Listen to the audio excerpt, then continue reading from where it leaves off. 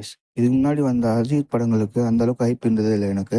ஆனா, இந்த படத்தோட ட்ரெய்லர் வந்துட்ட பிறகு நல்ல ஹைப் கிரியேட் ஆச்சுன்னே சொல்லலாம். அதுக்கு காரணம் என்னன்னு கேட்டீங்கன்னா, இதே படத்தோட டைரக்டர் ஆதிக் ரவிச்சந்தர் இதுக்கு முன்னாடி மார்க் அண்ட் ரெட்டி படத்த எடுத்திருந்தாரு.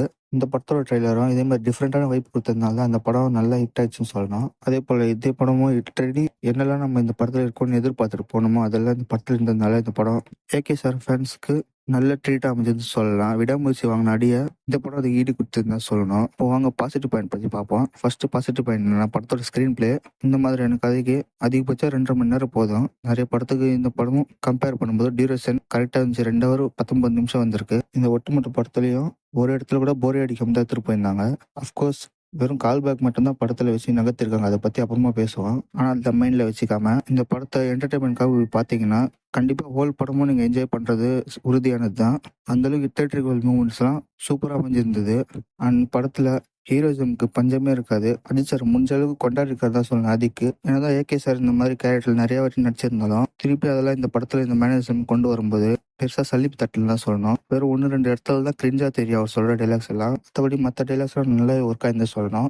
காமெடி பக்கம் வரும்போது மார்க்கெட் அளவுக்கு ஃபுல் அண்ட் ஃபுல் காமெடி படமா வரல. ரொம்ப சட்டலான காமெடி தான் கம்மியா வச்சிருந்தாங்க. காமெடி கம்மியான இடத்துல வந்தாலுமே கேட்டவுடனே குபீர் சிரிப்பு வர மாதிரி தான் காமெடி பண்ணியிருந்தாங்க. அந்த வகையில காமெடி நல்லா ஒர்க் ஆச்சுன்னு சொல்லலாம். இந்த படத்துல நிறைய சர்ப்ரைஸ் எலிமெண்ட்லாம் இருக்கு. நல்லா சொல்ல விரும்பல. கண்டிப்பா போய் தியேட்டர்ல பாருங்க. நல்லா நிறைய சர்ப்ரைஸ் எலிமெண்ட்லாம் பார்த்து நல்லா எக்ஸைட் ஆயிட்டேன். அதெல்லாம் நீங்களும் எக்ஸ்பீரியன்ஸ் பண்ணணும்னா கண்டிப்பா தியேட்டர்ல பார்க்கறது தான் ஒரே வழி. கண்டிப்பா போய் பாருங்க. அடுத்தது ஏகே சார் அவரும் தனி நிறைய கேரக்டர்ஸ் நடிச்சிருக்காங்க. அஃப்கோர்ஸ் பெரிய படங்கள்லாம் ஹீரோஸை மட்டும் நம்பி படம் எடுக்கிறப்ப மற்ற கேரக்டர்ஸ்லாம் இம்பார்ட்டன்ஸ்லாம் பண்ண மாட்டாங்க. அப்படி பார்க்கும்போது இந்த படத்துல அந்த அளவுக்குலாம் கேரக்டர்ஸ் இல்லை. ஆனா பெருசா அதெல்லாம் கண்டுக்காம இந்த படத்தை ஃபுல் அண்ட் ஃபிளெஜ்ஜா பார்த்தீங்கன்னா நல்லா என்ஜாய் பண்ணலாம். வில்லன் ரோல்ல அந்த அளவுக்கு ஸ்ட்ராங்கான வில்லன் கேட்டீங்கன்னா கண்டிப்பா கிடையாது. ஓரளவுக்கு ஓகேவான வில்லன் கேரக்டர் தான் பண்ணியிருந்தாங்க. அர்ஜுன் தாஸா பண்ணியிருந்தாரு. அடுத்தது த்ரிஷா மேம், பிரபு சார்லாம் ரோல் நல்லாவே பண்ணியிருந்தாங்க. அடுத்தது சினிமாட்டோகிராஃபி பொறுத்த வரைக்கும் மற்ற படங்கள் மாதிரி இல்லாம இந்த படத்துல வித்தியாசமா தான் பண்ணியிருந்தாங்க. விஷுவலும் இந்த படம் செம்ம ஸ்டன்னிங்கா எடுத்துருந்தாங்கன்னு தான் சொல்லணும். ஏகே சார் படங்கள்ல நிறைய டெக்னிக்கல் ஒர்க் இருக்கிற படம்னா இந்த படம் தான் சொல்லணும். இதெல்லாம் தான் இந்த படத்தோட பாசிட்டிவ். இப்போ நெகட்டிவ் பக்கம் வந்தீங்கன்னா,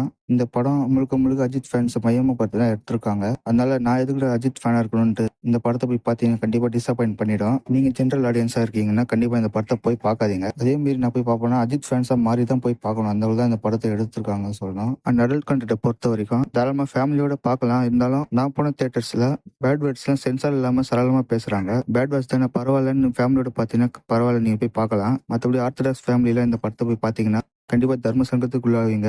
அதான் இந்த படத்துல வர மெயின் பிளாட்டா இருக்க வேண்டிய டேட்சன் இந்த பாண்டிங் சரியா காட்டல, சரியா ஒர்க் ஆகலன்னு தான் சொல்லணும். முழுக்க முழுக்க ஆக்ஷன் பார்க்காத கொண்டு போகணும்னு பார்த்துருக்காங்க. அதனால எழுதி படத்துல வர அப்பா பொண்ணு மாதிரி இந்த படத்துல ரீக்ரியேட் பண்ணியிருந்தாங்கன்னா நல்லாவே இந்த படம் வந்திருக்கும். அதை இவங்க கோட்டை விட்டாங்க தான் சொல்லணும். அண்ட் ஓவராலா இந்த படத்தை போய் பார்த்தீங்கன்னா டிஃப்ரெண்டான வைப் கொடுக்குன்னு தான் சொல்றேன். மார்க் ஆண்டனி எந்த அளவுக்கு எக்ஸ்பீரியன்ஸ் கொடுத்தோ அந்த அளவுக்கு எக்ஸ்பீரியன்ஸ் இந்த படமா கொடுக்குங்கிறது நம்புறேன். அனியா, நீங்க இந்த படத்தை ஆல்ரெடி பார்த்துருந்தீங்க. உங்க ஒப்பீனியன் கமெண்ட் சொல்லுங்க. வீடியோ பிடிச்சா லைக் சப்ஸ்கிரைப் பண்ணுங்க. Bye guys.